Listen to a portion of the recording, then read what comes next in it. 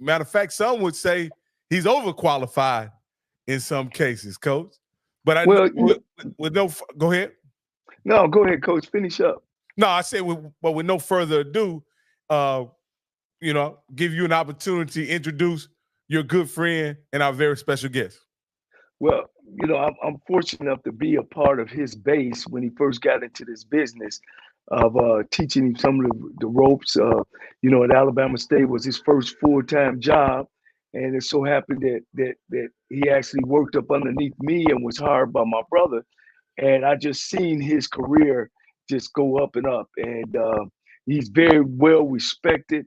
He's been on the national championship LSU coaching staff as assistant coach. He was the first African American to be named at University of Nebraska, his alma mater, as the interim head coach. He also been a head coach at Langston University, where he won championships there. And he's coached at the PWI. He went to a PWI. He coached at the HBCUs. He also had coached on the high school level, where he actually took kids that were needing extra years and, really volunteered his time. My friend, my coworker, Mr. Mickey Joseph. What's going on, Mick? What's up, JC? What's up, Rock? How you doing, man? I'm doing good, Coach. Coach, the only thing you missed, Coach, was how an outstanding football player he was in the he ran the option, man. He ran the option, man. He just could run. You see, that's where I know Coach Joseph's from, being a guy who always loved Big 8 football and him being an option quarterback. I followed all the great option quarterbacks, not only from Nebraska, but also those that played at your rival, Oklahoma. So I was always a big option. And Coach, you followed a great. I want to say you followed behind, if I'm not mistaken, the great Turner Gill. If I'm not mistaken. Yes, behind Turner, and then behind Steve Taylor. Okay. So, Coach, I'm very familiar with you as a player, probably even more so than a coach, because I've been a football fan for so long. But, Coach, I want to thank you for coming on with us and having this conversation, Coach. Coach Cole mentioned something I thought was that's absolutely iconic, that you were able to be the leader of your alma mater for a time as interim coach at Nebraska.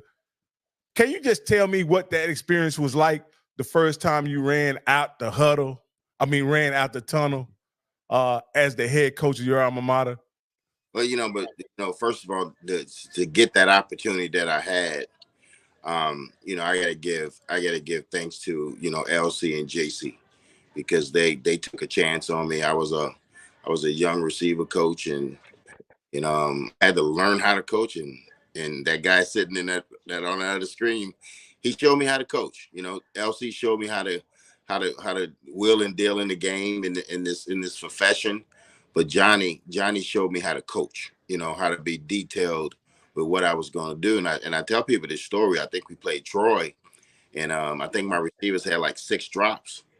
And he used to call me young coach. He said, young coach, don't worry about the individual today. So I'm thinking we're not doing individual. No, he was taking over my but I never looked at it that he was trying to degrade me.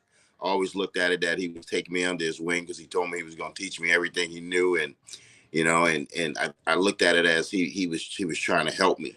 And from that time on, I still use those same ball drills, but it was something that, I didn't say it humbled me. It taught me, like, okay, you don't know everything, and you have to learn in this profession. And that's when it opened up my eyes to this profession. But then, two of the best guys, the best coaches that I ever been around was LC and JC.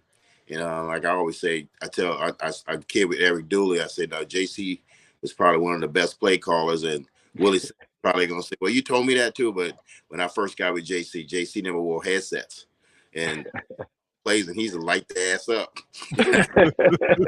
How you seeing all this stuff, Yeah. But I do want to say thank you to to the Cole brothers for giving me the opportunity, because they treated me like family. But what you said about Nebraska, it was a great opportunity. It was a great experience, just to lead those young men and lead the state and try to give them some happiness, for some wins, on Sunday, because in Nebraska there's nothing really to do, but Nebraska football. So it was a great opportunity. It was a great opportunity, and all my people in North Omaha, who I well respect, they really it was a great feeling for those guys also. Yeah. Well, let me say something, to our fan base. Here's the Mickey Joseph, Rock. Ben Hyde, the low HBCU, sitting on the sideline right now. And he's sitting on the sideline. He's not a bad person. He's a No. great football coach. He was assistant coach at LSU, national champs. Nebraska chose him to be the interim head coach. And we got how many jobs open now? And I know we're gonna get into it later. We got Southern job open. We got Texas Southern open. Grambling just opened up. Allen University just opened up. South Carolina State opened up. Mm-hmm. You know what I'm saying? And then, of course, we're going to talk about what our resources have told us is some of those schools going to close and some other ones going to open up. Have your phone ring, Mickey? We getting right into it. Have your phone ring. Oh, yeah, it's been ringing. I mean, it's been ringing, and it's about, who wants to sit down and talk. And Johnny, and Rock, the experience I have, that I've been on both sides of the tracks. So you can't sit here and shoot me yes, because I know how the PWIs operate, and I know how HBCUs operate, and they both operate, in their own way, and they're both successful, But so I know how things should operate, and what can help a HBCU win games. We took over Alabama State program that had lost a lot of games. And the same thing. 9 losing seasons. Had a losing season, and I was able to go with Fobbs to Grambling after Grambling, didn't show up for a game. We took that team the next year and won 7 games, and the next year we was in the SWAC championship. But it was some of the same things we did when we was at Alabama State. The first thing we instilled in was discipline, because naturally down south kids gonna be pretty tough. But you got to get the discipline and the structure in them, to show them the light. And LC and Johnny had a bright vision when they came to Alabama State, and Fobbs had one too. But I thought we had a pretty good staff at Alabama State. We had a good staff at Grambling. But when you look at both of those programs was on a brink of falling and not recovering, and we helped recover. So I understand what it takes to win, with the PWIs and the HBCUs. Now, Mickey, we've had a number of coaches on our show, and one thing that was that I definitely wanted to talk to you about is that a challenge that a lot of coaches say they face that you've overcome and been uber successful is when you've been at a HBCU, then other coaches have talked about the lack of opportunity. You get to go coach on the other side, as to coin your phrase, at a PWI. You've navigated both spaces, seem like seamlessly. How were you able to do that, and what do you attribute the problems or the difficulty in other coaches navigating that space? What do you think the issues are related to that? Well, I think the time I got the opportunity, Skip Host gave me the opportunity to go from Grambling to Louisiana Tech, and I think how you got to look at it is that you have to network. You have to reach out not only to African American coaches, but you got to white also. You got to stay in that circle, because coaches are going to hire who they trust and really who they know. So if I know you, I trust you. If I don't know you, I don't trust you, because that's just some of the rules. Now, it doesn't make sense sometimes, because some of the guys that they hire and their friends can't coach their way out of paper bag. can't recruit. I mean, I can put them in the room to recruit, and they can't do it. But they're friends with that head coach, so he trusts him. So sometimes he don't see that he can coach, he can recruit, he can relate to the players, and that's another thing I learned, to keep an open mind when it comes to hiring your staff. Don't hire all your friends. You know, some of my friends, I know I can't hire. You know, I know one of the things that you real good at is recruiting and recruiting the New Orleans area. I think you brought all those studs in there from LSU, for LSU, of course, when you was at Langston, of course at Grambling. You know, because that's always a tug of war with Southern and Grambling, you know, the Louisiana way. And it seems like everywhere you've been actually a winner in recruiting the New Orleans area. Yes. And that's one thing I tell people about recruiting, you know, and I tell people, you know, people say, oh, you know, black coaches, we get labeled as a recruiter. And I tell young black coaches like this, is that check right at the end of the month? Because you can't worry about what people think about you. Only thing you can do is put some really good players in your room, and I guarantee you they're going to say that you're a good coach. But if you put some bad players in your room and you think all of a sudden I'm going to have all the answers and I'm going to fix them. No, because some of them you can't fix. So my thing was, I always wanted to stack my room, and I always wanted a whole bunch of talent. So, you know, I had a room full with Jamar Chase, Justin Jefferson, Terrence Marshall, Trey Palmer. You know, now I got my youngins, you know, Malik Neighbors, who's about to win the Biletnikoff, and Brian Thomas, who's going to be a first-round draft pick. So I went after kids that I thought was going to be high draft picks, and the room was going to be loaded. But I always explained to them, like, it's a whole bunch of Lamborghinis in here, but when it's up to me when I let you out to shoot. Yeah, it doesn't take 3 years to prove to the NFL that you can play. You can do it, you know, 1 year. But my thing is, I wasn't gonna put you out there until you was ready. But I always like a loaded room, and I think that you have to be a strong recruiter. And I think right now with the NIL days gonna come, that some guys who are bad recruiters all of a sudden think they're really good recruiters, and they're not. They buying players because that's the rule, right? They buying players, and it's legal. You know, so it's not that you're a good recruiter and that kid wants to be with you. No, he's going to the highest bidder. Which, if that's what they want to do, that's what they should do. Because at the end of the day, I'm telling this with NIL, I'm gonna recruit. That little money that you getting for NIL, that money gonna stop the day you stop playing. The money you make in the NFL can go a long way. And kids are doing this. Kids are forgetting about school now. You notice they ain't talking about graduation rates no more.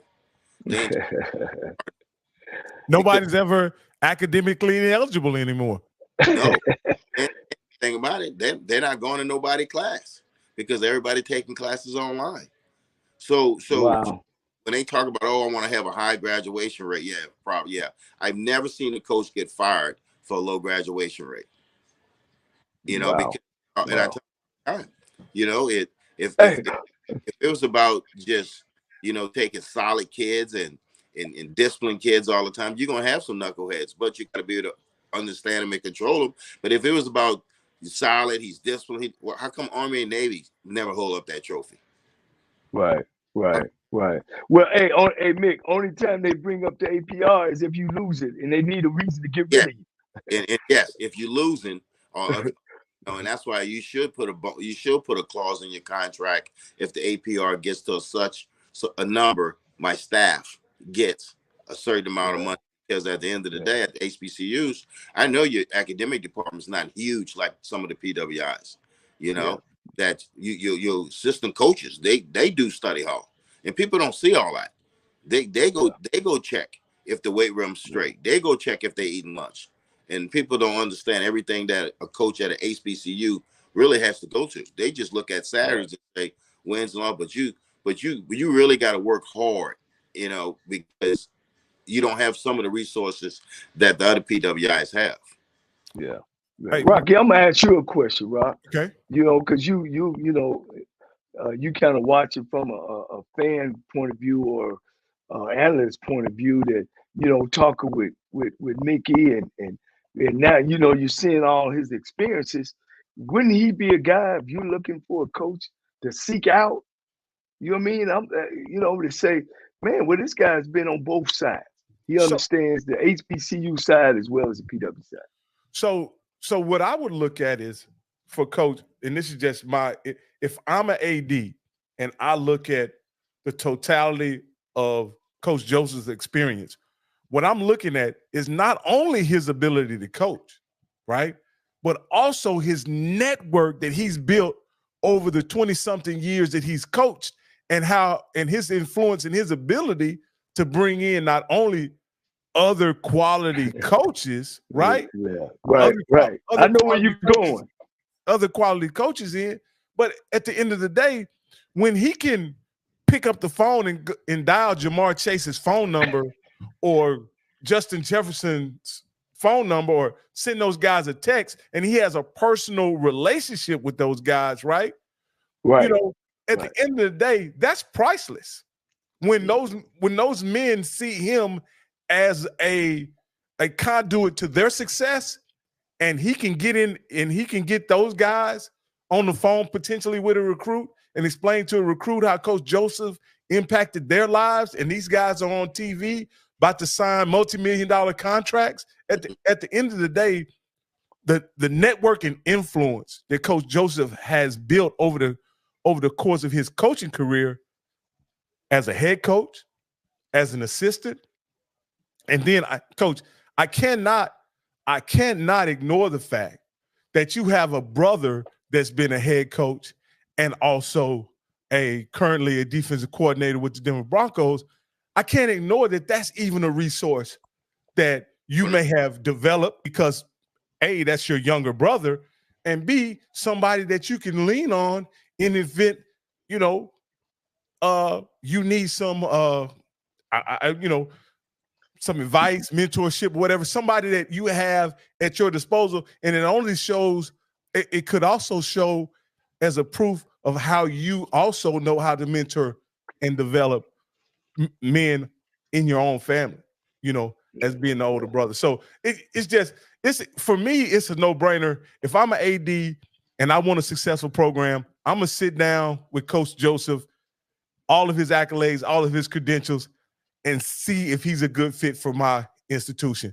I'd have to do it, especially if I was in FCS or an HBCU program. I would have to, especially if, and let's say this, if I'm looking for a black coach, and that's what a lot of HBCUs want, they want black coaches, right? If I'm looking for a black coach, I don't see where there's many men on this planet that are more qualified than Mickey Joseph's. Yeah, I'm just being perfectly honest with you, Coach. When you look at his pedigree, his resume and his accolades as a player and as a coach, you can't. I think at the end of the day, Coach, there's no reason why you shouldn't be considered for the Southern job where you were uber successful in that footprint recruiting. When you talk about the TSU job, and what they may need in a head coach, and now when you talk about an historic program that's worthy of national attention because of what it's meant to black college football at Grambling, you definitely should be considered as a candidate for that job. When you look at it, because they need a quality. Grambling, I said this the other day, Coach, there's no reason for Grambling and Southern to take chances on coaches. That's what that's my opinion. They shouldn't take chances. In the realm of black college football, Southern and Grambling are like Nebraska and Ohio State and Michigan and Alabama. They don't take chances on coaches. They only accept proven commodities, right? And that's the situation that Grambling and Southern should use as their template. They should only take very accomplished black coaches period. They shouldn't be out here taking chances on guys who are not experienced and not accomplished. Yeah. Well, man, I appreciate that. One thing like I know about Coach Joseph is that he cares about the kids. He coaches from his heart, not his pocketbook. He don't chase mascots, and and that's again, Rocky. We always talk about that. That's what this show is for. Our show is for to to extend information about our HBCU coaches, and not saying just locking them in to just being black coaches. They are good coaches, that need these opportunities. Yeah, Coach. I'm of the mindset that HBCU should go after the best available coach, right? You have impressed upon me that these jobs at HBCUs, they should look at all qualified black candidates first because of the opportunities or the lack thereof opportunities that exist in major college football for black coaches, right? Yeah. But when we have guys like you and like Mickey Joseph on the sideline, and they've been, and you guys have been looked over, what does that say about the administration and making football a priority when they can make decisions where they can hire a coach who isn't proven or doesn't have a track record of winning in these positions, and they get to keep their jobs? What does it say? I mean, I know what it says to me, but I just want to know, what, as a coach, how do you guys deal with those situations and navigate their space? Well, I think in today's time, and I think you really have to be a leader of young men that you got to some type of way be connected to them and understand where they're coming from sometime, because sometimes they're gonna come left, and it's not for you to sit back and judge them and say that's wrong, because I do agree with Deion said. They don't have to love anything anymore these days. They can like stuff, like stuff. And I always said that if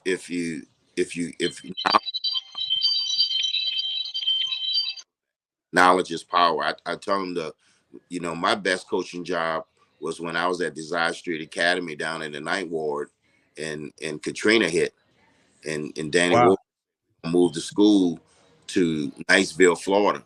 Well, I'm taking a whole bunch of New Orleans kids that's probably never left the state and been in that part of Florida, their entire life. And once you get there, the families are scattered all over. We got to go find the kids. We go find the kids and we bring them to Florida, and you got 94 boys there. 94 boys there, without their families. So you working 7 days a week with them. And until this day, I'm still connected to those kids. I remember LaVar Edwards and D'Angelo Peterson signing D1 scholarships to LSU. And so I always consider myself, and Johnnie is LC, they're leader of young men that we can make them do some things you can't make them do. Because my thing is, I always say that you can be a a-hole to them, but I'm a kind of a-hole that you will like, because I'm gonna shoot you real, and you're gonna understand that I'm being real with you, because there's so much false stuff out here in these world today that they don't know what to believe. But if you consistent with these young men these days, and you push them to the limit to where they can't say no, they got to keep going forward. That's all a leader. Yeah. I have a lot of friends that work in education, and they're administrators and teachers and coaches. And one of the things that they always say is they don't want to know kids don't want to know what you know until they know you care. That's it. And it looks like that's basically the approach and philosophy that you take into coaching. Yes. Let me ask you this, Coach, and we have Coach Cole back. But I want to ask Mickey this question, Coach. who are other than LC and Johnnie, because you've mentioned how they have influenced your coaching strategy and your coaching. Who are some other coaches, some influential coaches in the way that you approach football and the way that you approach recruiting and coaching? Well, I think I start, like I said, I can start with my family. With Vance, who's the DC at the Denver Broncos. And he went through some adversity. He gave up 70 in one game, and everybody thought it was the end of the world. But like we always say, don't play with the Joseph. We're gonna get it fixed. And now, he got it fixed. I don't hear him saying now because he got it fixed. My cousin Terry, who's a DB coach at my younger brother Sammy, who's a coach at Memphis. So we lean on each other. But I think we all lean on our high school coach, Hank Tierney, who's probably one of the best high school coaches in the country and the state of Louisiana. But I had an opportunity to work for Skip Host and the big opportunity to work with Ed Ogeron. And then everybody look at, Ogeron and like, oh, he's old D-line coach. But one thing O was about, O cared about those boys. He cared. And when they walked in the building, they were the most important people in the room. And I used to get upset sometimes. We got 40 plus people in the staff room, and a kid might knock on the door and say, "Coach, can I talk to you?" And I used to look at that kid and say, "Can't you see this staff meeting?" Because I knew what he was going to do. He was going to stop the staff meeting, and he was going to take that kid in, But it's things you learn from all these guys, and then guys you see like Mike Tomlin. But I always say the guys that is truthful with you is the ones you want to keep in your circle as a coach. You want to keep in your circle. And like I said, I met Johnnie in 1999. I was a kid, and we've been friends ever since. And people say, I was tight. I was more tight with Johnnie than LC. And LC. But I was with Johnnie all the time. And that's, and I always say if I did get up, that I was gonna have them co-brothers on my staff because I know what they could do. And I'm telling you, I watch Johnnie call plays without headsets on, and I'm talking about and light you up, not just the HBCUs, just the other boys. You just be blessed in this profession to be surrounded by so many dudes that's trying to help you. And you just hope that one day you do get the opportunity and they allow you to put who you want on your staff, because at the end of the day, I always say this about a staff. Yeah. One of the things that, Mick, that you left out was a very, very favorite of mine. And Rock, this is a big boy. You left out Tom Osborne. Yeah, T.O. Yeah. And I met, when I was interim coach at Nebraska, I met with T.O. every Monday. And T.O.'s about banging, putting the fullback in the backfield and blood in your nose, and that's what T.O. was. And T.O. was, he was good for me. I love that football. I love that football. And that's one thing what T.O. did, with me. Coach, as I sit here and interview you, Coach, a lot of you come from a football family. And I must admit, my co-host, Coach Johnnie Cole, also comes from the football family. Do you think that allowed y'all to hit it off immediately when y'all were coaching together, or even during the interview? Did y'all find that similarity allow y'all to connect immediately?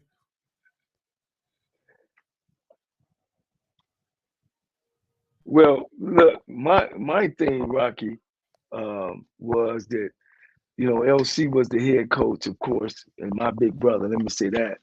And, LC had been taught, like other guys, is to take care of each other.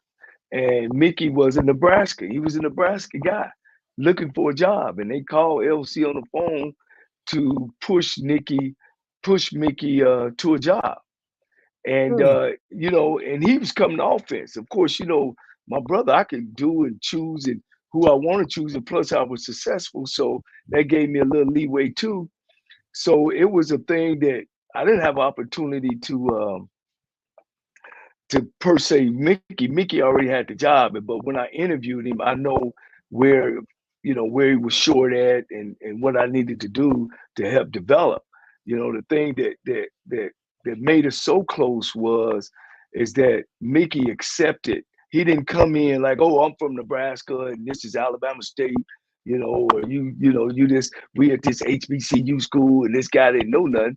He came out with like, hey, man, I'm a sponge. Let's go. He gave me all the respect in the world, of what I knew, how I got things done, the way our offense ran, and he accepted all that. So that made our relationship a good relationship. He looked at me as a coach, not a black coach.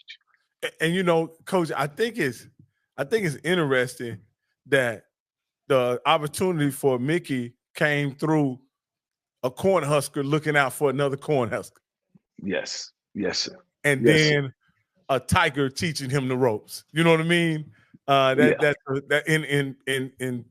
That's very interesting that he came in as got the opportunity through his affiliation with Nebraska and the kinship that L.C. Cole had with him being a fellow Cornhusker, and you guys were able to foster a great relationship. A guy could come in that situation with a sense of entitlement and that they're even better than this Alabama State job or even the position that they're given. But it's a credit to Mickey that he came in, as you said, humble and ready and eager to learn up under your tutelage. And I didn't even know how much I was making. I just know that it was more than I was making at Tulane. Yeah, we were even. He told me what I was making. Yeah, we and we were so close that we actually started, off the field as well.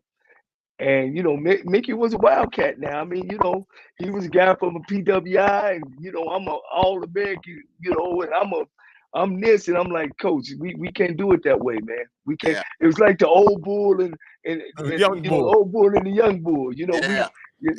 No, Mick, we gonna walk down. We ain't running down. We gonna walk down. I wanted to do everything full speed. Johnny said, "No, we gotta slow down. We can't do that. Slow this damn car down. Why you driving fast?" Oh, Coach, man, and Mickey, he was. I just can't say enough about again his humbleness and his willing to learn and learn it our way.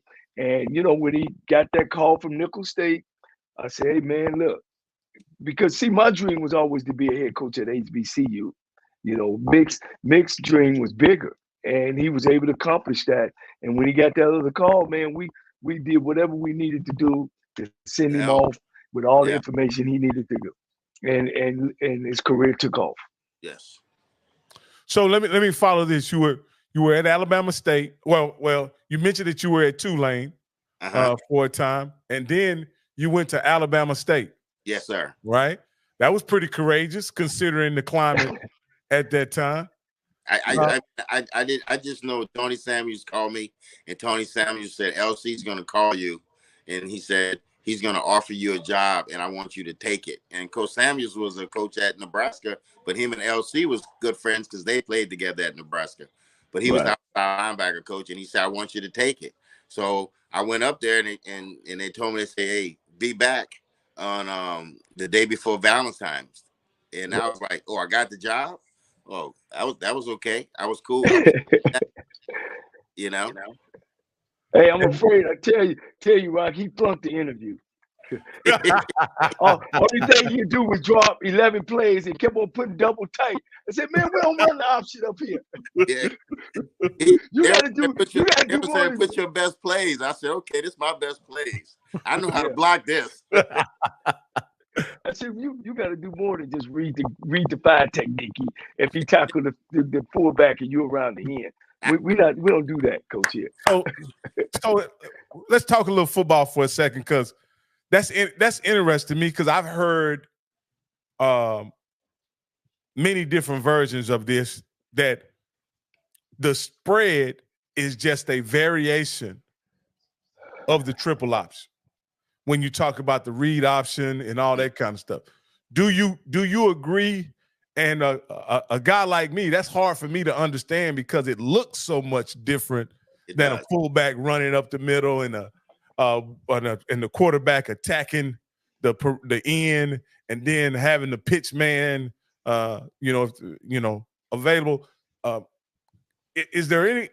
What are the principles the same? What is when you say it's the same or similar? What are they talking about, Coach?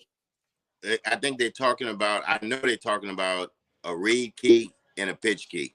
Who you reading and who you pitching off. So back in the days, like Johnny said, we was under the center and we got down the line of scrimmage and we read the 5 technique.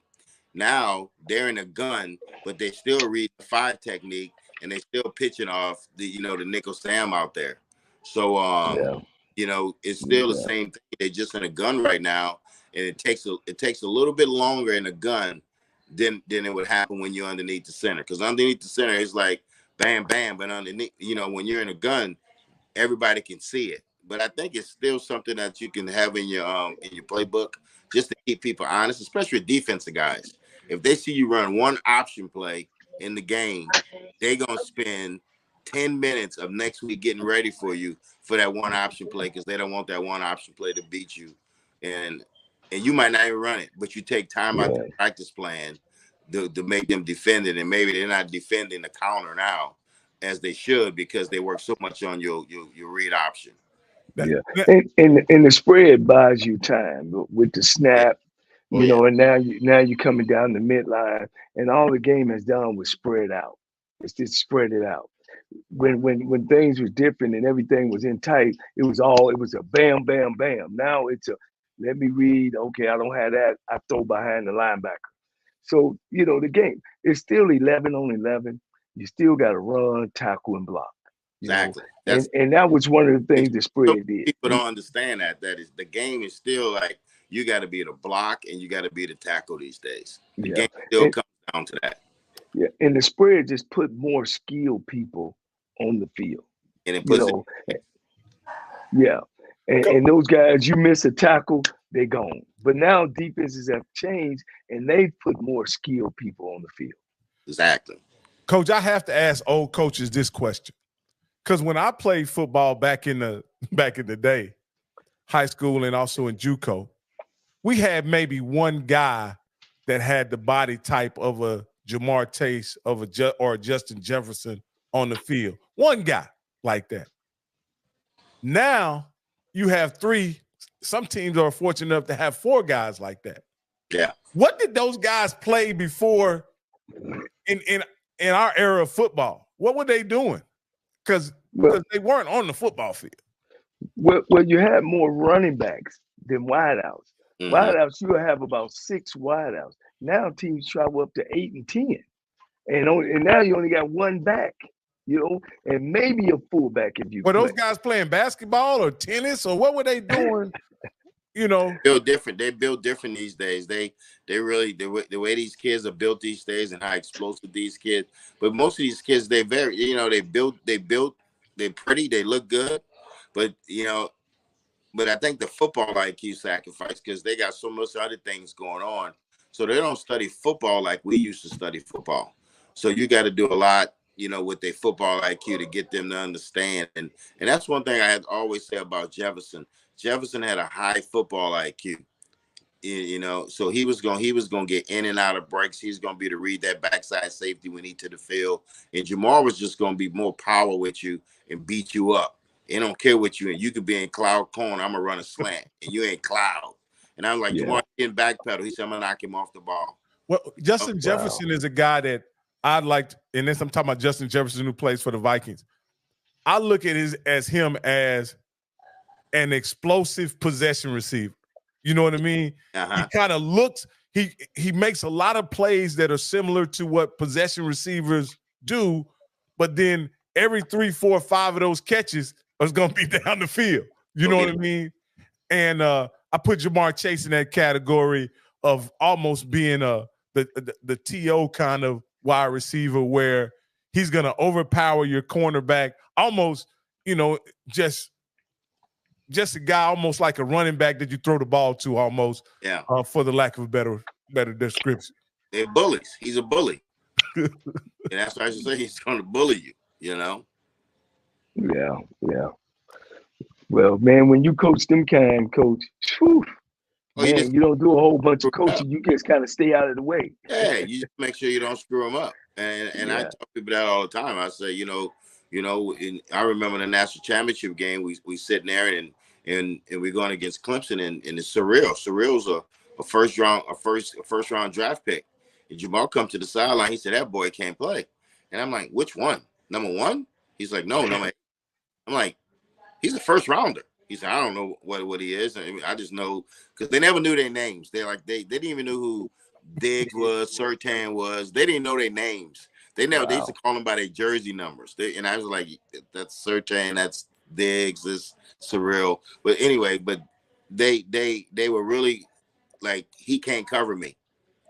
He can't cover me. And I tell people all the time, when we played Diggs, right. Jamar had his way with that kid, Now, Coach, which did you recruit all those kids? Yeah. Which one did you personally recruit? All those guys? Yeah, and them 2 that's there right now. But you cheated me. You cheated me back at Alabama State. Hey, you showed me how to recruit. You showed me that I had to step in. I had to be the cleanest one in the room. I had to walk in there with some confidence. I had to look in the eyes, and I had to get the parents on my side. You showed me how to do that. So you remember, the first time I went out to recruit, I'm looking at LC. LC was like, "Hey, you get $72 a day if you stay in state." He said, "But you got to go out of state too." I was like, "Well, how long can I stay in state?" but that's the thing about it, Johnny. And that's how I always. Hey, Coach, you remember the time when I teach you how to draw the circles? They got to be all even. He had me on the board for about an hour. Just join. He said, "No, do it again.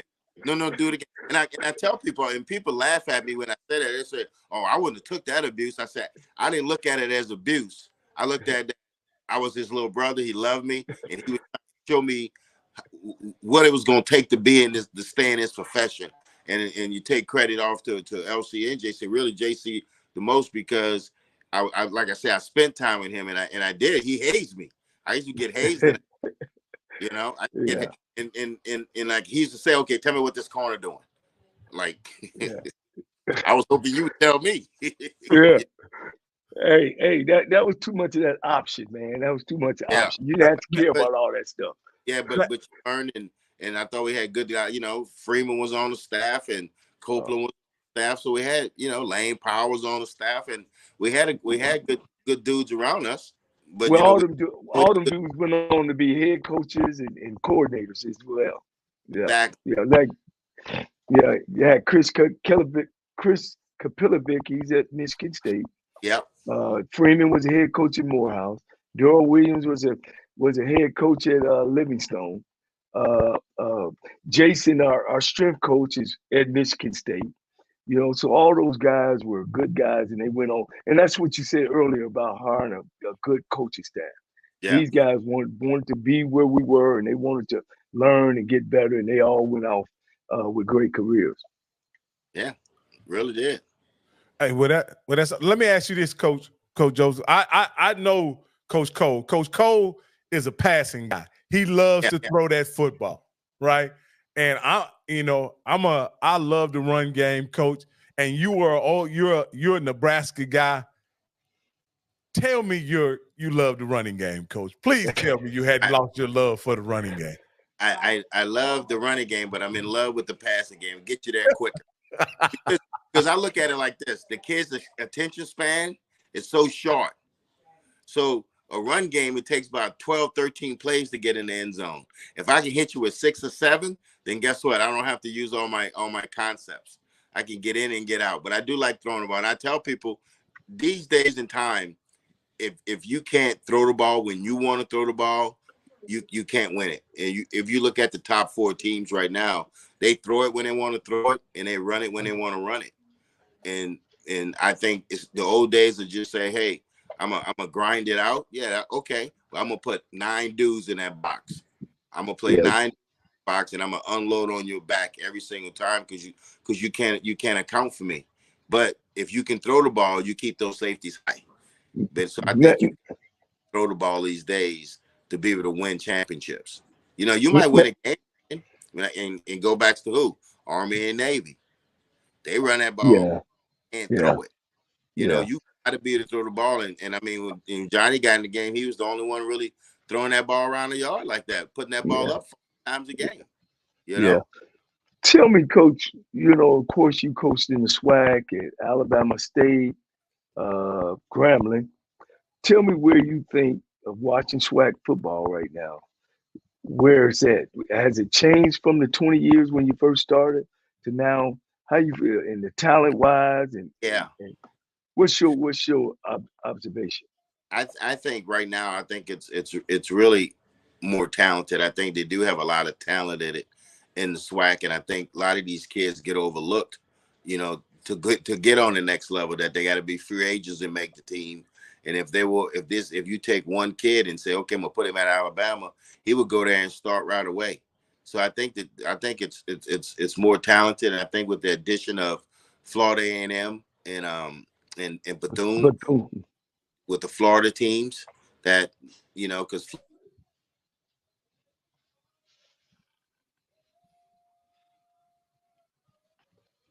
we can't hear you, Coach. We can't hear you, Coach.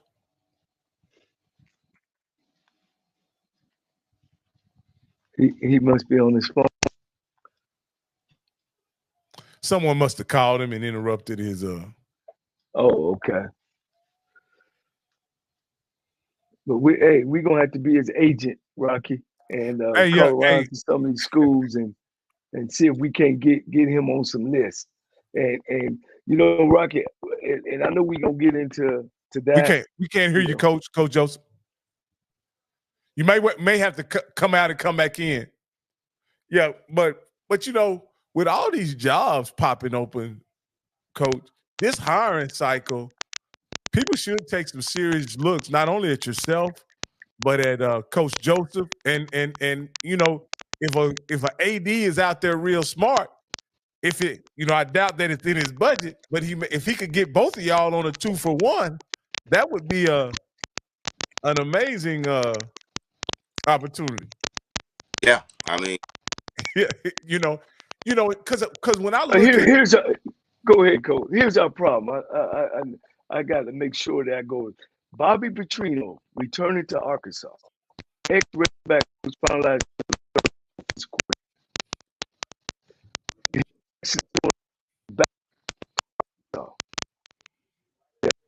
Because they you're breaking up, Coach Cole. You're breaking up really bad. Yeah, you break it up. Let me see. Let me add him back. Go ahead, Coach. He's still breaking up. Yeah, you may need to reconnect again, Coach. Yeah, Coach Joseph, with all of these jobs coming open all over the country, Power 5, Big 12, Power 5, Group of 5, are you only looking at head coaching positions, or would you be willing to be a position coach or possibly even a coordinator?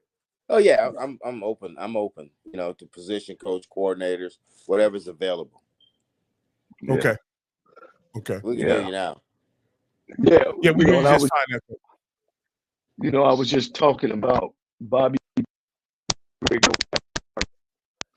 you know, he had an issue. And we can't break up again.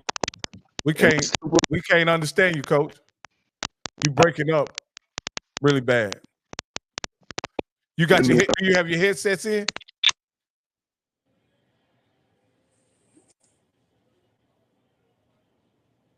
Oh. Can't hear him. No, we can't hear him now.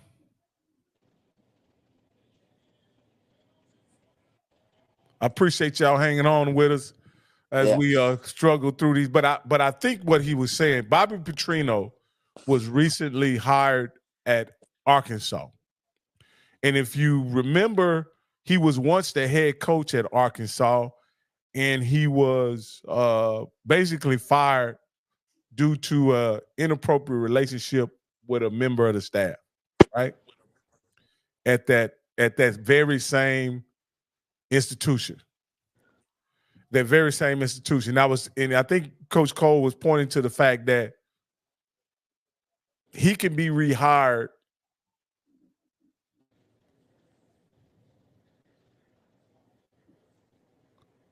Go ahead, Coach.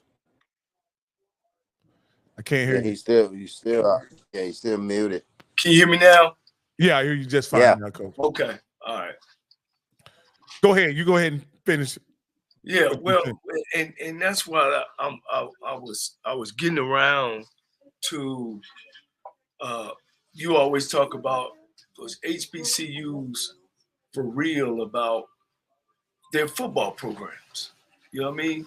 And bringing in the right person. You know what I mean? The right football coach. You know, and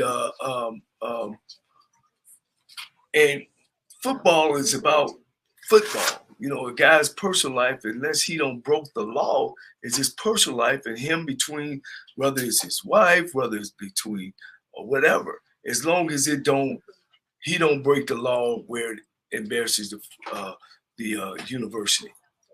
And we get off into that, you know, when I say we HBCUs get off into, you know, wanting to hire their buddy or holding something against you.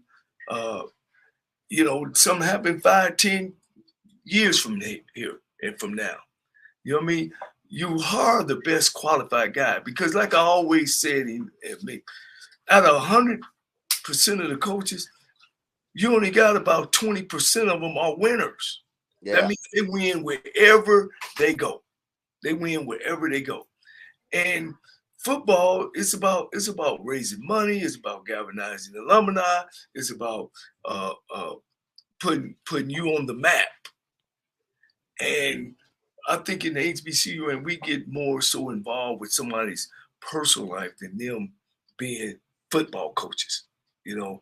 And we got guys like Mickey and Jenkins, and you know, Coach Frazier just jumped back.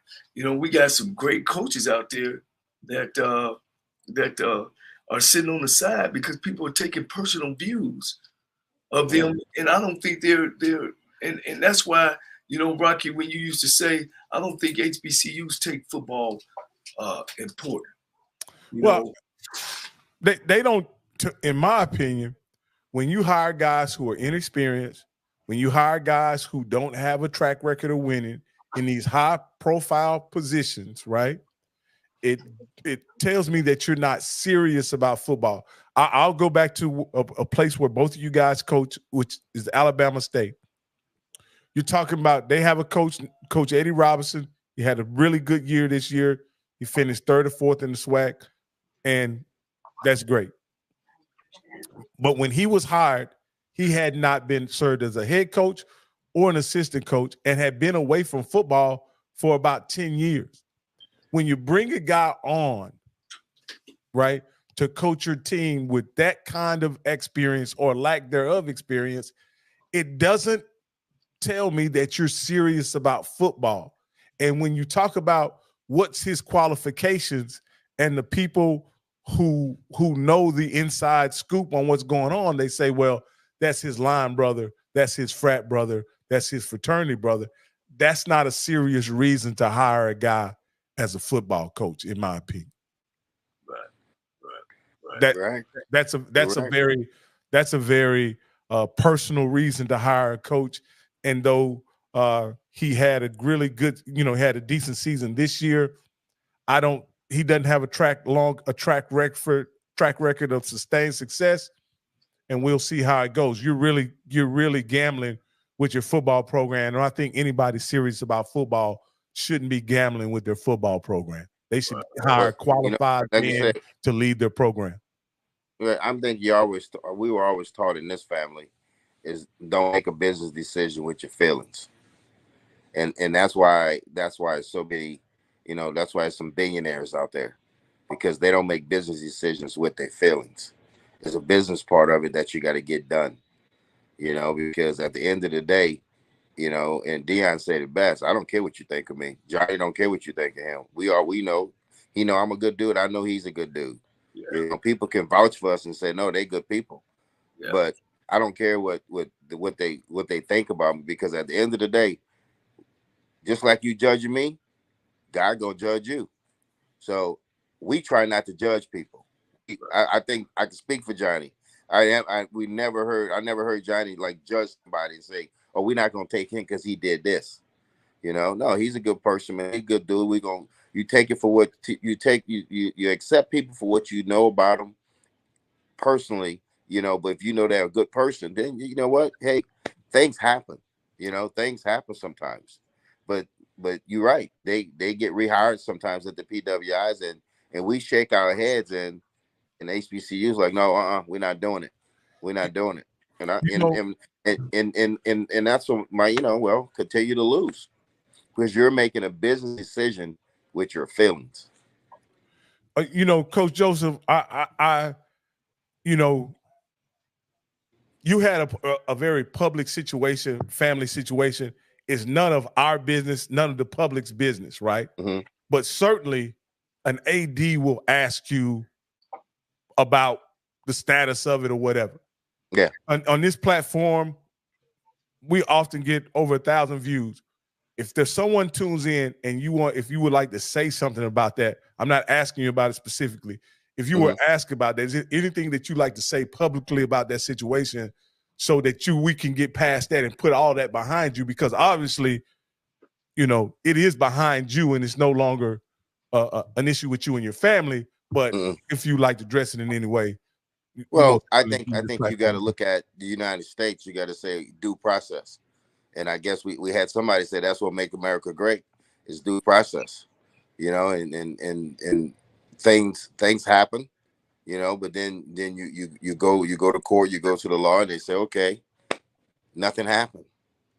We have no evidence. It's no case. We're gonna dismiss the case. We're gonna expunge we're gonna expunge everything. It's not in the system. We can't find the case. It's no case number. It's gone. And if anybody they want to talk to me about it, I'm open. I talk to people about it. I tell people that, and I say, hey, talk to her. Talk to her. Talk to my agent. Talk to my attorney. Talk to the DA. Talk to whoever you need to talk to, and they're gonna tell you nothing happened. But even that, Mickey and Rock, at least bring the guy to. You know what I mean? Don't go by hearsay. Bring the guy to and look across, because I want to hire the best football coach for my program. And if I got an issue or problem with that coach, bring him in. All this in the window and they understand, you destroying people's, and not necessarily destroying people's lives, but it's just not right and it's not fair to just haul off something about somebody that you don't heard, and you really don't even know the person. We get a lot of that. We get a lot of that. And it's not only hurting that person per se, it's hurting the university, it's hurting the kids that's there. Because when you're on a good football team, coach, and you winning championships, you going places. You graduating from school, it's stuff to talk about. The school makes money. You know what I'm saying? The enrollment goes up. Ticket sales go up. Everybody that's from that university feels good about themselves. And then you got these few people, that want to be like you or want the limelight that keep that type of stuff going.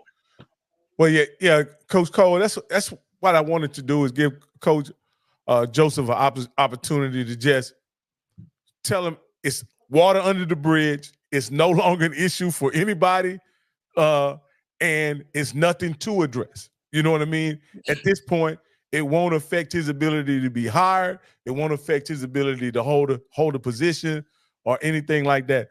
A lot of times, again, I've been a black man 53 years, and I understand how difficult it is to maintain a pristine reputation. And I dare to say that if you ask people about me, you can find somebody to say something bad about me, right? But don't take their opinion of me if you're considering me for an occupation that I've spent 20 years building a career in. Bring me in, talk to me about it, and let's have a discussion, especially if I'm qualified to do the job, right? Right. Let's not, I forget the comedian that said this one time, but it be your own people sometimes, that hold things against you that the world has forgiven you for.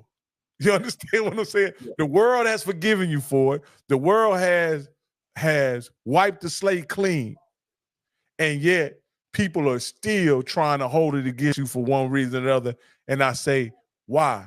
When as you pointed out, you had heard through the grapevines that people had said some things about you that absolutely were not true, and you had to point out, hey, I'm certified in 4 or 5 different states to teach. Had there been any issue with my conduct in any way, that would not have. Each state requires a background check. Yes. If there would have been any situation, anything substantiated, I wouldn't have my certifications. That's right, Coach. So let's move on and let's start talking about my qualifications as a football coach, not things that I've dealt with personally. And again, I understand that it's hard enough as a black man, navigating life without people making up things about you, coach. Yeah. It's hard enough. Yeah. Well, Mickey might jump back on. Okay, but we can get to the news, coach. Yes, sir. Canned HBCU coaches, and you can see, coach, we added somebody else to the group that we have here. Yeah, Hugh Jackson of Grambling State was let go as of today. And as far as I know, all these jobs are still open, coach. Yes. Eric Dooley, who we had on last week, and I forget the gentleman's name at Morehouse. It escapes me. Hugh Jackson, McKinney, and I forget the guy, Clark. But the Clark job has been filled. Is that correct, coach? Yeah, the job it's been filled by Coach Keaton. He used to be the head coach at Allen University. They will start in January. And my resources now is telling me that Fred McNair of Alcorn State, you hearing it first on our show, that is a possibility that he'll be headed to Texas Southern University. And now repeat that again, coach. Did I hear it right? Yeah, our resources is saying that Fred McNair would be the next head football coach at the Texas Southern University. So that would think that Alcorn State's job would open. Wow. Now. Wow. I never would have thought that Fred McNair would leave his alma mater. Yeah, well, our resources of saying that's not us personally until, the ink dries on the contract. But if it comes out, you heard it first on our show. So, I'm like Adam Chef now, coach. I get phone calls all day long. And you do. Some guy at Grambling now is Coach Sims. A guy that him and the athletic director has a good relationship. Also hearing down at Southern University that they don't know if they're gonna give the job to the interim coach. Man, my mind is reading blank. I used to work with him. Terrence Graves. Yeah, Coach Graves. Yeah, Coach Terrence Graves. So they don't know. They had a vote on it, and they had they had 6 board members vote and only 3, and he has to have all 6 votes. So right now that job is open, and they don't know what they're doing. You know, and of course everybody is looking at the Benedict head coach, Chennis Berry. You know, they're looking at him at Texas Southern as well as at Southern, and he wants the Southern job. You know, because I think Benedict, you know, has got financial issues out there, and they think about downsizing their program. So we don't know what moves, but these are all the moves and things that's been happening around, you know, that Fred McNair has been having conversations with Texas Southern. Coach Joseph, 2 years ago, my sources were telling me that you were taken under very serious consideration for the Southern position, right? Can you tell me whether or not you were interviewed for that position, and were you offered the position? I think, you know, yeah, we talked, but I don't think we got to the point where it was offered. But I thought I felt comfortable that they wanted me at the time, and you know, the pay cut at the time was going to be almost a $300,000 pay cut. And wow. And at, you know, at the time, wow, you know, you had somebody that you know, living with, you had to explain that to them, and I think with females, you know, or sometime else, that's a lot of money to take a pay cut at the time, and at that time we also had Nebraska, you know, there at the time, and I had other opportunities, but you know, your ultimate goal is to be a head coach, but not to put your family in jeopardy. Yeah. Because at the end of the day, that's one thing I did learn from the PWI side, that they're not going to do nothing to damage their family financially, you know, and they don't ask you to do anything to damage your family. Because at LSU, you know, we was getting $100,000 raises every year. You know, we got 160,000 bonus after we won the national championship, assistant coaches. You know, so they don't do anything financially. You know, they pay you financially. So when you get fired on that level, then you know, you deserve it, but you usually have another year on your contract. And they don't put all in the newspaper what you done, or if you done something, or who done. They just, hey, we wish you well. He's done a great job here. Yeah. And you move on. And you move on. Close books. Coach Aranda, who was on that staff with you, is the current coach at Baylor University. I happen to live in Waco, Coach, so I'm sure you know where Waco is. Yes. And he's luckily, Coach, not luckily, but I'm just glad Coach Aranda was able to retain his job this year at Baylor. For whatever reason, there was rumblings that he may lose his job, and he ended up having to let an offensive coordinator go. I said that to say this. When he came here, he brought some really cool, really good guys with him, and I would never want those guys to leave. But I had no idea what assistant coaches were getting paid until, you know, maybe a couple, 2-3 years ago. And with what they're getting paid, Coach, what do HBCUs have to offer those coaches who are highly qualified, who are just getting paid enormous amounts of money to be position and assistant coaches? Well, I think right now, I you know, what I'm hearing, you know, and knowing guys on both sides, the HBCUs, especially the SWAC, they pay more than the Southland Conference for their head coach and assistant coaches. They pay more than the Southland. So the HBCUs, I think some of them, and they might be top heavy, they are competitive with the salary on a FCS level. You know, I think they really tried to do it. They tried to do it, and some of them are doing it, and some of them not. Some of them just don't have the resources. But I think that's when you go back and you tell that AD and you tell that president, well, I'm gonna go play $2 million games. I'm gonna go play LSU for $1.2 million, and then I'm gonna go to Alabama and play them for $1.3 million. But you're gonna chalk that up. But you can't count that against me, because It's not a 12-game season for me. It's a 12-game season for the university, but it's a 10-game season for me because I'm giving these two losses. I'm gonna take these 2 L's for the university. So I'm doing my part.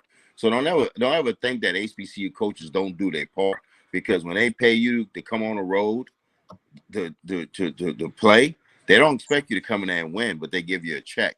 So you got it. That loss, you shouldn't count that loss against me, because I'm doing this to help the athletic department and help the university, and it brings great exposure when you can go play a team like like Alabama and LSU.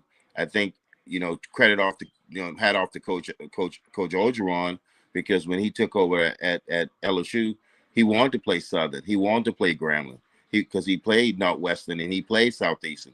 So it was why are we not playing that? Why are we not playing Southern? Why are we not playing Grambling? And finally they did it, and now those HBCUs can get a piece of the pie. You've seen Tennessee State, they went into Notre Dame. Well, they didn't go into Notre Dame for no 300,000. They paid. That was bad.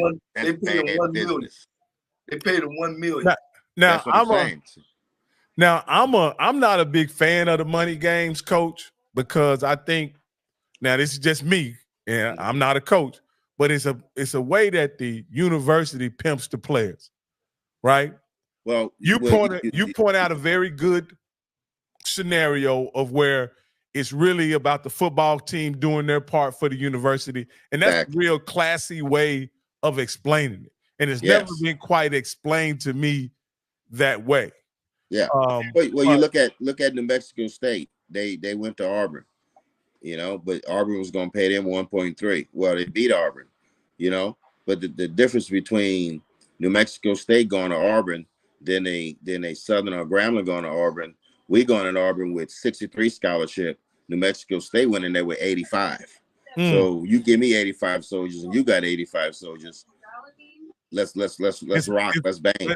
But if I go in with 63 and my depth is not where it needs to be, well, once you get up 42-0, I'm taking my starters out.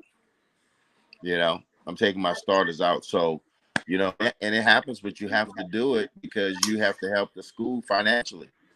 You have to help the school. You see all this stuff coming back up in the news reports about this state, this HBCU $30 million or $40 million, and the state of Oklahoma owes Langston University almost $100 million, because they hadn't paid it. But so they're not getting the funding from the state that they should be getting, because somebody's holding out on them. So you have to go play those games really to help the other sports. Like you got to help the softball team. You got to help the women's tennis team. You got to help those sports, because those kids deserve to have nice things also. So as the head coach of a university, if that's what you got to do to help other programs, then that's what you do.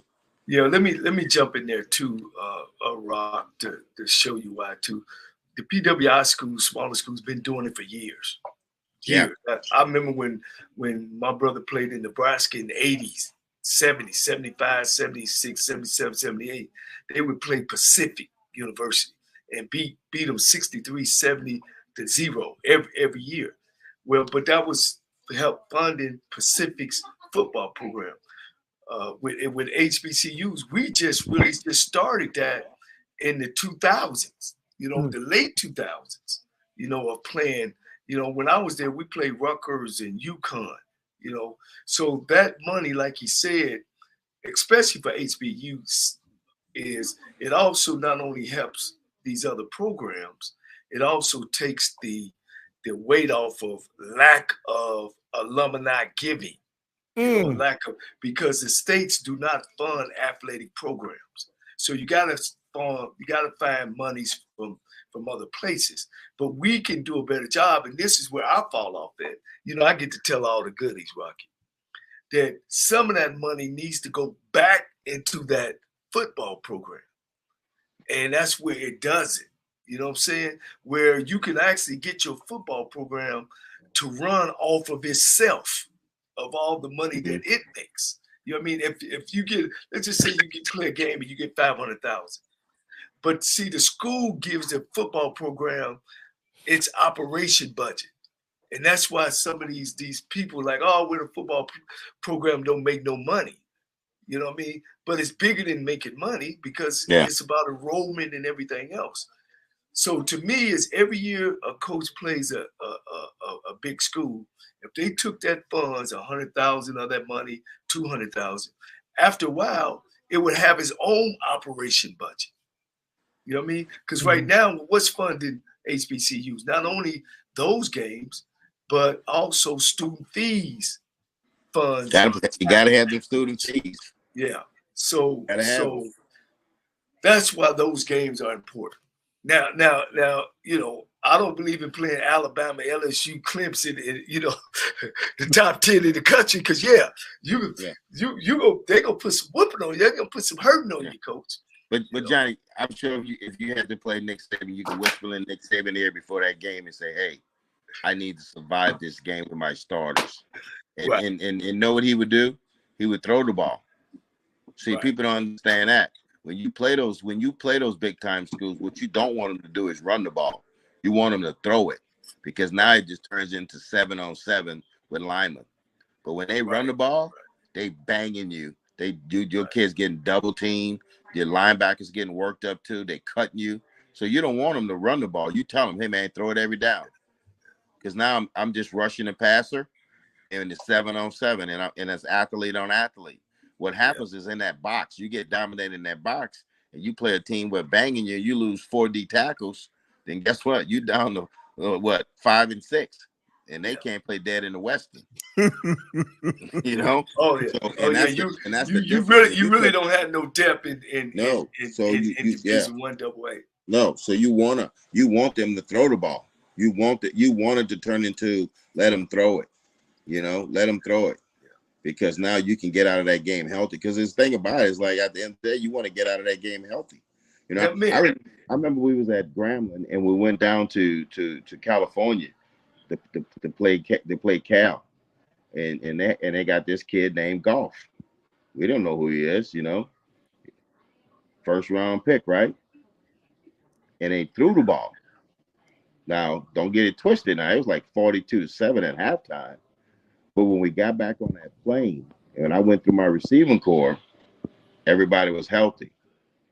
Went through the lineman, everybody was healthy because they threw the ball, and it turned it into 7-on-7, and we threw the ball.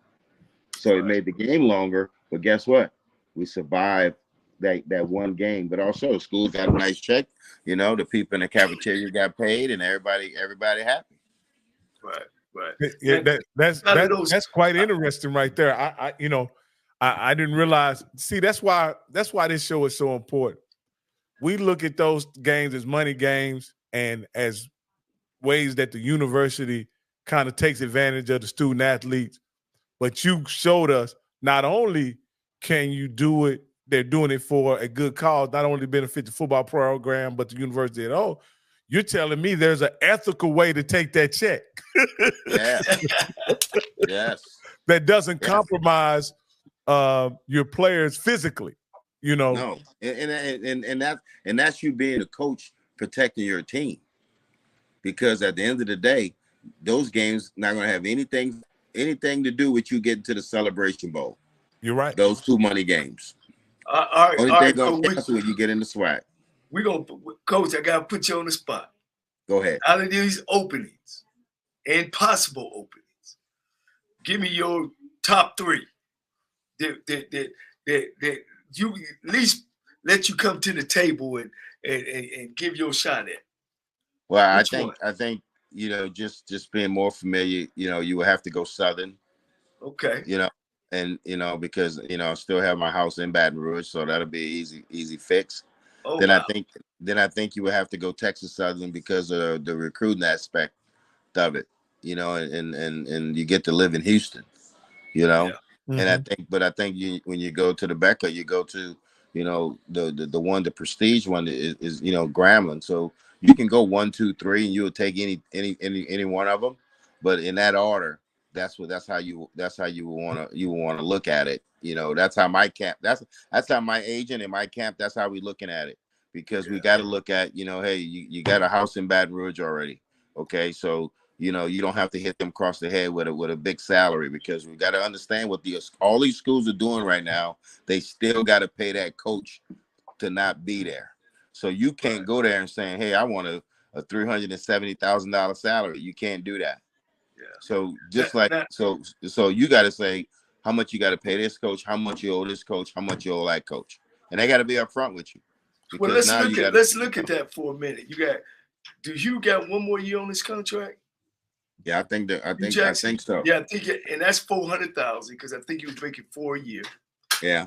And Dooley got $600,000. Mm-hmm. Texas Southern is zero. The possibility of Fred McNair opening up at Alcorn is nothing. You know, but look at Dooley gets 600, Jimbo Fisher gets 76 million. See, that's the difference, and it is what it is, but that's the difference.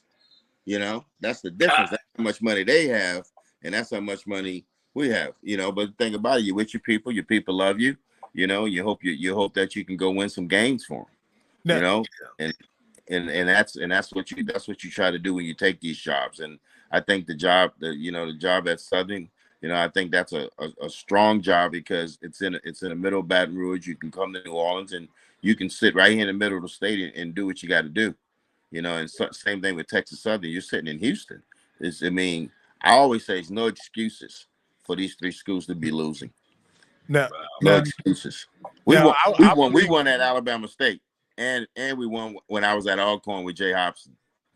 And it's no excuse that those schools should be losing. Now let me ask you this, Coach. In my opinion, Grambling and Southern are two of the most prestigious jobs in HBCU football. Absolutely. I can't come up with one more prestigious than Grambling. But is there any other jobs that are more prestigious, whether they're occupied or not, that are more prestigious than Grambling and Southern? I'd like to hear your opinion on that. No, because I think when you talk about HBCU, I think Willie Simmons, you got to take your head off to Willie Simmons because he's spanking him right now. He's getting after him. Ray's getting after him. I work with Ray at and I call him Ray. You know, his name Willie, but he worked with him at Alcorn, and he's in Florida A&M. They have a strong backing also. You know, so they're prestige too. Now they won some games. You know, and I'll be there this weekend at the SWAC championship. So I'm gonna go travel over there to see that game and looking for at least a competitive game anyway. I don't know if it's gonna be close. Well, let me say this. Let me say this about prestige before we go there. Now, some of the schools are academically prestige. You know, absolutely. I'm talking about football. I'm talking football. Yeah. I'm talking football. But Johnny, don't you? I think they all do a good job.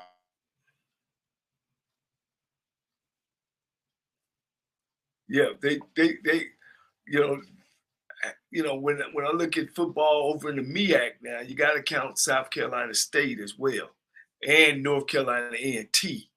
You know, because they won a couple national championships. Can you hear me? Yeah, I can hear you. I just can't hear Coach. Okay. Yeah. Okay. But go ahead. So you know, you got North Carolina A&T, and you know, Howard. You got North Carolina Central. That's real prestige school as well.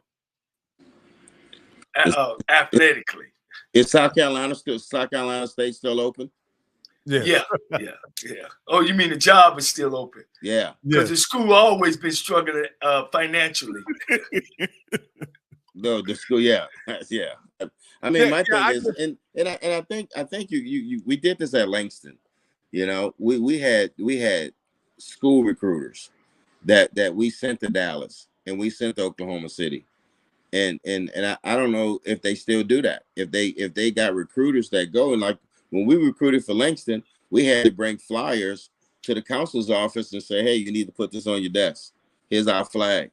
And I think when you go out and recruit for HBCU, when you stop in them high schools, you got to make sure that you have a flyer in there, because you might have a student in there that wants to go to your university that don't have any info. So I think you have a lot of responsibility, I think, when you're at HBCU, because it can't just be about football, and people don't know that, Johnny, that you do a lot of things that help the university outside of football.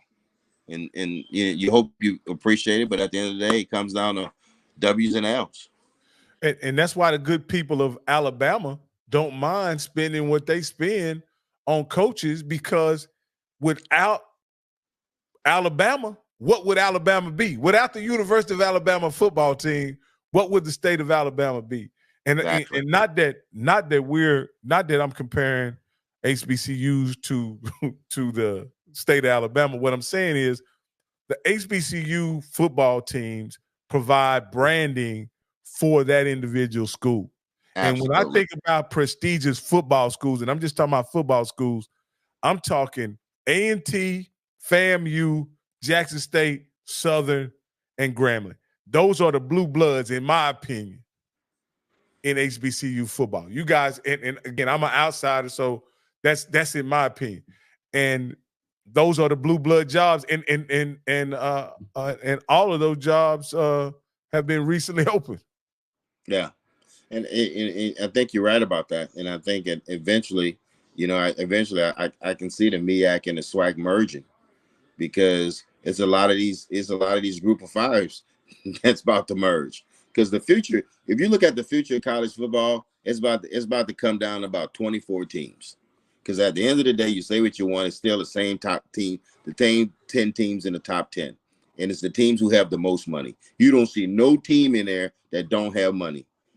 Liberty 11-0. Toledo 10-1, 11-1. But they don't have enough money to compete with the Alabama and the Georgias and the Clemsons. All those, we get the same schools every year. So the NCAA, these people are gonna get tired of dealing with the NCAA. They're gonna say, you know what? We're gonna have our mega conference, and they're gonna have 24 teams, and they're gonna That's the mini NFL, then, Coach. That's what it's coming down to. When you got NIL right now, what do you think the next step is? Because once you start something, now you got to finish it. And the NCAA kicking in on the NIL. You're muted. Let me unmute you. I'm muted. No, not you. Coach is muted. Johnny's muted. Yeah, he's muted. He got himself muted. Yeah. Go ahead. Here's one of the things about HBCU head football coaches that they don't understand when they were choosing a coach. That coach got to be willing to help sell that school, not come with this coach and then go home. And see, that's the difference when you're talking about going out and hiring guys from the outside that hadn't been there. You got to hire coaches that got some skin in the game. You know what I'm saying? And that's why when a guy graduates from HBCU and he comes back and take over a job, or a guy like Mickey Joseph coming from inner city New Orleans and getting a piece of it as he come through his career, knows and learns what it takes. And if you don't know what it takes and learn, like, you got to come up with your own golf tournament. You got to come up with your own Hall of Fame. You got to understand how important that is. But if you get a head coach in these HBCUs and you bring these guys from PWIs, they don't know nothing about that. They come in to coach and go home. And they don't care if the alumni galvanize, the alumni, they don't care about, really, the only thing they care about is the winning losses. And most of the times, they're going to get the losses because they don't care. They don't see it. They don't think as a head coach, that should be a part of what I need to do to come in and help this HBCU go to where you want it to go. Yeah, Johnny, they don't know about that cafeteria going to close at 7 o'clock. You better get them kids out of practice. Yeah. Hey, sometimes, we had to break practice and run over there with a football pants on. With the pads on. With the pads on, Coach. Eat and come on back. And you can't get frustrated. Hey, man, that's the way of rock and roll, man. Yeah. Because, and you can't make excuses once you know. But once you know what's going on, don't start making excuses. You knew when you signed this contract what was going on here. And here's the difference, bro. When you start winning at HBCU, Rock, like at Southern, when I was with Pete Richards and we was rolling, we get us a starter jacket to the waist, starter jacket to the knee, T-shirts, hats. You be like, well, where's all this money coming from? Oh man, the cafeteria don't never close. It'd be like, oh, we waiting on you, coach. All of a sudden, the president, man, get a suite and got turkey and everything. It's just money just start falling out everywhere, man. At Tennessee State, man, when we were rolling at Tennessee State, Rock and Mick, they sold out of hot dogs, hamburgers at a game, everything. We walked over there to get some tickets one time, man. Money all on the floor, Rock. Money all on the floor. Yeah. We drove in great buses, We got, some pullovers. All of a sudden, money just come out to woodwork, man. That's how HBCUs work, man. What as Coach Cole, as you've explained to me at HBCU, the head football coach has to be a counselor, a coach, a preacher, a businessman, a recruiter, a protector. Like, get the custodian some good old crown. Yeah. You know what I mean? What you drink, man, I need this locker room clean. Exactly. And I think also when they come in there, they don't care about that. Yeah. And the place, it looks a mess. Yeah. We always used to say recruit ready. And John, wouldn't you say that athletic directors got to have some type of vision? I think the guy I worked with at Langston, Patrick Simon, he had a great vision. He's always say, we're not D1. He said, but we're gonna look like D1 and we're gonna prepare like D1, but we're gonna be smart with it. So when we went on the road, we took 3 buses. And I remember we go and play Tuskegee that year. The lady thought the third bus. It's a busy 2 school now. Yeah. And but he had vision, and he knew how to move them numbers around and make sure everybody had what they needed. So you need a guy that sits in that seat that can go raise money, but he also knows how to budget money. It's like raising a family, Johnny, y'all had a huge family. I'm sure y'all, there's some things y'all is like, okay, how do we get this? It don't matter.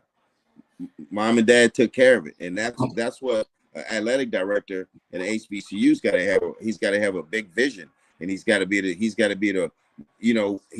budget. He's got to be the handle of that budget and make sure all these kids don't know. Hey, they don't even know we don't have money. We didn't know we didn't have money. You got to make sure the housing director have his warm-up suit. You know what I mean? You got to make sure the chief of police have his hats. The bursar offers, they better have it so those kids can get their checks on time. Yeah, you got to. But you think about it. I think being at HBU, you got to be a well-rounded. You got to be a people person. They got to enjoy your company, because if you're an asshole, then guess what? They ain't dealing with you. They'll let your paperwork sit on that desk for about a week. You being hey, Rocky, you order your buses at 6 a.m. If you ain't right, them buses come at 6 p.m.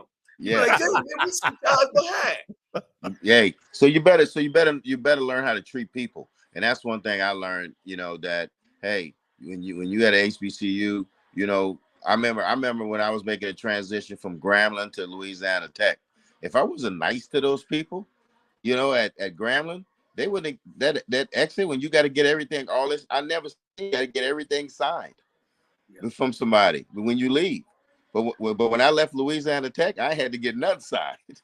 Just give them my keys, leave my keys in my desk. But it's when I went to University of Cincinnati and I got there, sitting on my desk, man, was an envelope full of money, my keys to my car, and my keys to my hotel room. Yes. I was like, wow, I'm here. I don't made it. You know what I'm saying? Yeah. So, Coach, with things on some of the things as you guys describe it, other guys could view it as a hassle or even a punishment. But you guys are simply sitting here laughing and joking and smiling about doing things that are above and beyond the X's and O's. And from what I hear, a lot of that takes away from your ability, seems to me, would take away from your ability to, from the X's and O's. So no. When it's that's X's what and it O's, takes to run a program.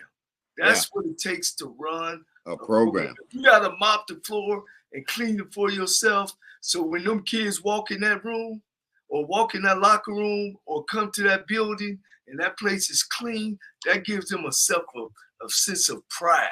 Yeah. You know? And these outside people, they don't understand. When you walk down there and they got him locked out at his dormitory or he can't get in his room and his coach show up, man, that kid run through walls for you.